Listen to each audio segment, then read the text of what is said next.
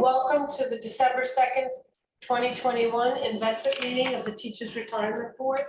I'm going to start by calling the roll. John Adler. I'm here.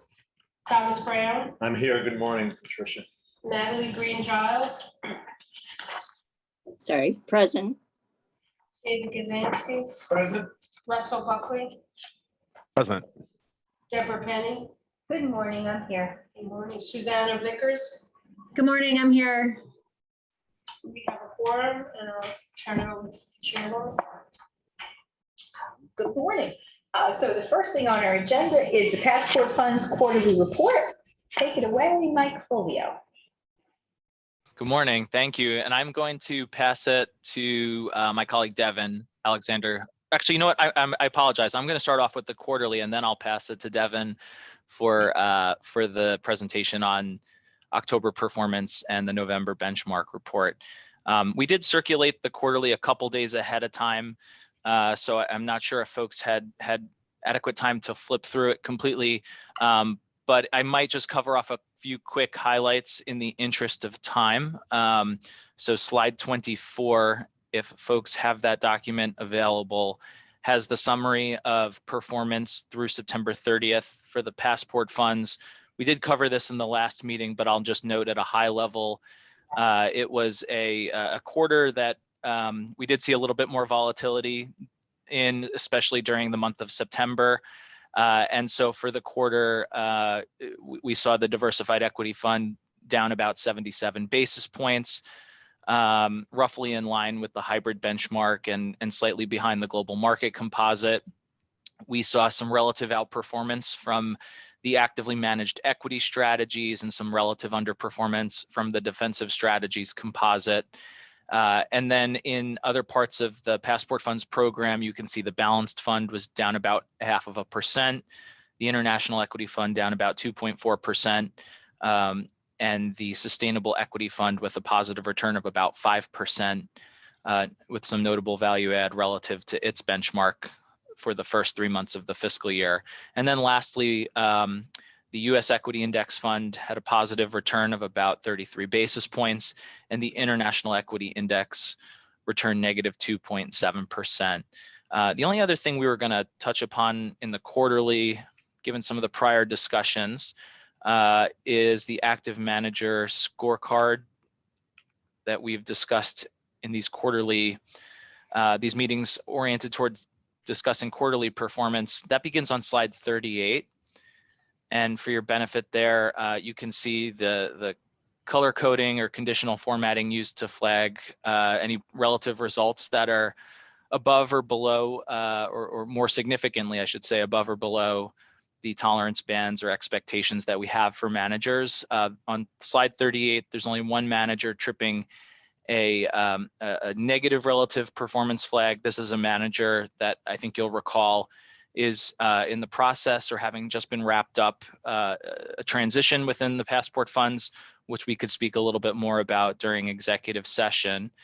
And then on slide 39, there is one other manager flagged here for relative underperformance, and that's Templeton. That's a manager that Rokatan and TRS staff actually just met with in recent weeks. And I think just coming out of that discussion, there's no concerns with respect to the relative results, and we were comfortable with the discussion that we had. So no notable follow-ups as a result of the scorecard from this quarter, but wanted to note it nonetheless. Thank you. Okay, so not hearing any questions, I will pass it over to Devin to provide the update on performance for the funds through October. Thanks, Mike, and must apologize as well because this is the first of hopefully better presentations to come from my end, but here goes with Rusty here. So for the month of October, the diversified equity fund had a absolute return of over 5%. That was partially due to strong performance from the sustainable equity fund, which had generated about 9.26% for the month of October, and also strong performance from US equity index fund as well. That was slightly mitigated by the, oops, I screwed that one up, sorry. diversified high equity fund had an absolute return of 5.3%, which was partly due to relatively strong performance from the active managed US equity composite, and also from the passive equity composite as well. That was slightly mitigated by the defense strategy composite, which had a 2.7% return, which is has been fairly consistently underperforming this benchmark. But the news got slightly better for the other funds. The balance fund outperformed its benchmark, and so too did the international equity fund, sustainable equity fund, and international equity fund. The US equity index fund was fairly on par to its index, to its benchmark, but slightly underperformance there. Yeah. I think one thing I'll add just for the record is, year to date, we've seen some pretty strong relative performance from the actively managed equity strategies across US and non-US. And so that, that is showing up in the performance across the funds, which is good to see. And where we have seen some relative underperformance has been within the defensive strategies composite. And again, that's another part of the program that's undergoing a transition, which Susan will provide an update on in executive session. Thanks, Mike. Any questions regarding October performances? Thanks, Russell. We have November. Moving on to November preliminary monthly benchmark reports. Again, the diversified equity benchmark, we saw sort of a negative performance for the month of November here, 2.13%. And again, negative performance on the benchmark fund as well, which is about 0.85%. International composite and sustainable equity fund as well, also negative. On a relative basis, the diversified equity fund was slightly better performing. The global market composite benchmark was slightly better performing than the actual diversified equity fund hybrid benchmark, which resulted in 2.33% for the month of November. Let's see here. We also can highlight here that the results for the international composite benchmark was slightly aligned with the MSCI EAFE for the month of November. And I guess I'll just add a little bit of brief commentary. So obviously it was a challenging month again, like September was for absolute returns across equity markets. Significant, I guess, notably increased concerns around inflation, and and the Fed beginning its process to change course in terms of the monetary stimulus and beginning to taper that, as well as other potential discussion around inflation becoming less transitory than how many in the marketplace were expecting it to be. And then the other thing that, as everyone is aware, coming into the last couple days of the month, earlier this week and late last week, the discussions around the new variant and potential concerns around whether vaccines would be effective or as effective compared to the other variants that we've seen. And so there's certainly more concern, more jitters in the marketplace, and we're seeing that volatility. It's continued.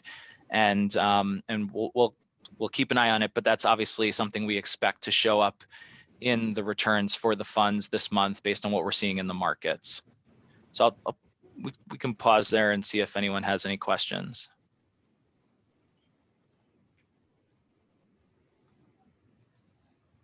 I have a question. The other sort of, fairly new development here is the notion that we may be facing persistent inflation, for the first time in decades, really.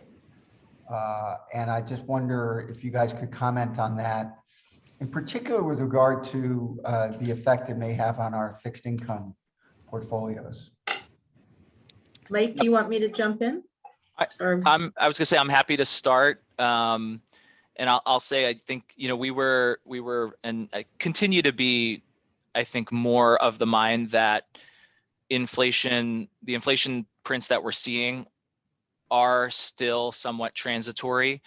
That's not to say that, these pressures are going to abate anytime quickly. I think we do see that some of the supply chain issues we were seeing, some of the labor shortages we're seeing, especially if we continue to see more variance, I think we should be expecting that this could persist longer than, a matter of months or quarters. And so that certainly lends itself to increased uncertainty around inflation. I think where we are today is, while what we're seeing is while some of the big price gains have begun to moderate, there's still a likelihood that we're going to see it persist for a little bit longer, and that we'll see inflation more broadly come down over time to a more, I'll say, more moderate or more normalized level of what we have seen, but it's going to take some time. It's not going to necessarily shift overnight, and there can continue to be pressure as a result of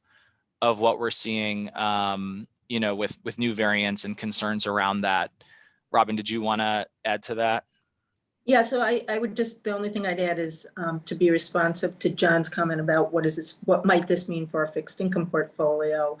Certainly, we have been expecting this along with many other folks.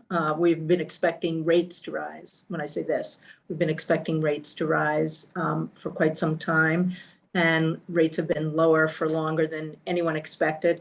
I would say over the intermediate to long term horizon, the best thing that could happen for our fixed income portfolio is for nominal and real rates to rise so that we can start generating reasonable levels of return. Right now, our forecast levels of return for the fixed income portfolios based on current yields, I think the 10 years, the most recent number I heard was 1.4%. The portfolios simply can't generate the kinds of returns we need them to generate to get to a 7% total return without rates rising. So we continue to expect rates to rise modestly. We continue to expect inflation to return to somewhere between the 2% and 3% level starting late 2022. But I do think, given the statements by the Fed, we should expect rates to start trending upwards, and over time that will be a positive thing for our portfolio. Thank you. Okay. Anything else before okay, so the last thing on our agenda is a brief discussion of the IPS. So John had forwarded some possible changes in the IPS, and we certainly appreciate them. There are some good ideas. My thinking, and we can certainly talk about it, is we did a lot for the IPS this year. And while those suggestions are great, maybe we wait and we ask TRS and Rokutan to go through it. And when are we scheduled, Robin, to look at or Valerie, to look at the IPS again? Could we schedule something and look at these changes at that time, maybe in March or April? The IPS contemplates a review at least once every 3 years. We last updated it in 2019. So, which isn't to say we have to wait 3 years. Right. So maybe we do that, especially if there's going to be a change in leadership, maybe for them as well as us. We don't change the IPS right now. Certainly we can discuss it, but rather keep those notes, go through them, and then see what we could do in March or April, if that works. Does that sound like that's planned? Robin, do you agree with that? Or Yes, so I think absolutely doing a holistic review, incorporating John's suggestion is if the board directs us to do that, we're happy to do that. And that seems to be 2022 seems to be an appropriate time at which to do that. And we've had sufficient time passing since the last time we looked at it. Hopefully, given the amount of time and change that that was involved in the most recent IPS review, this review will be more expeditious. And so if the board would like us to begin that review in Q1, 2022, we're happy to do that. I mean, I think that's good for me. Anyone, Yeah. any discussion? Want to talk about it?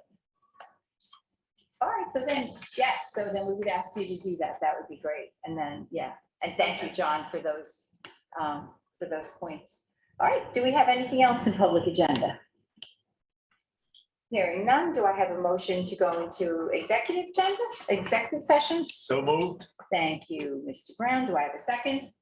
Susanna, second. Thank you. Oh, there you are. Thank you, Susanna. Any discussion? All those in favor, please say aye. Aye, Russ. Aye. Any opposed? Okay, we're off to executive session. Okay, welcome back. Ms. Sten, would you like to report out? Certainly. In executive session, we discussed a secondary benchmark within one asset class. We received an update on a contracting matter, and we received updates on transitions, portfolio transitions that have occurred within the passport funds, those completed and those that are ongoing. Okay, thank you. All right, is there anything else for public session? No? Okay, hearing none, do I have a motion to adjourn? Tom Brown, so moved. Thank you, Mr. Brown. Do I hear a second? Second, Russ. Oh, thank you, Russ. Any discussion? All those in favor of adjourning, please say aye. Aye. Russ. Any opposed? Oh, we stand adjourned.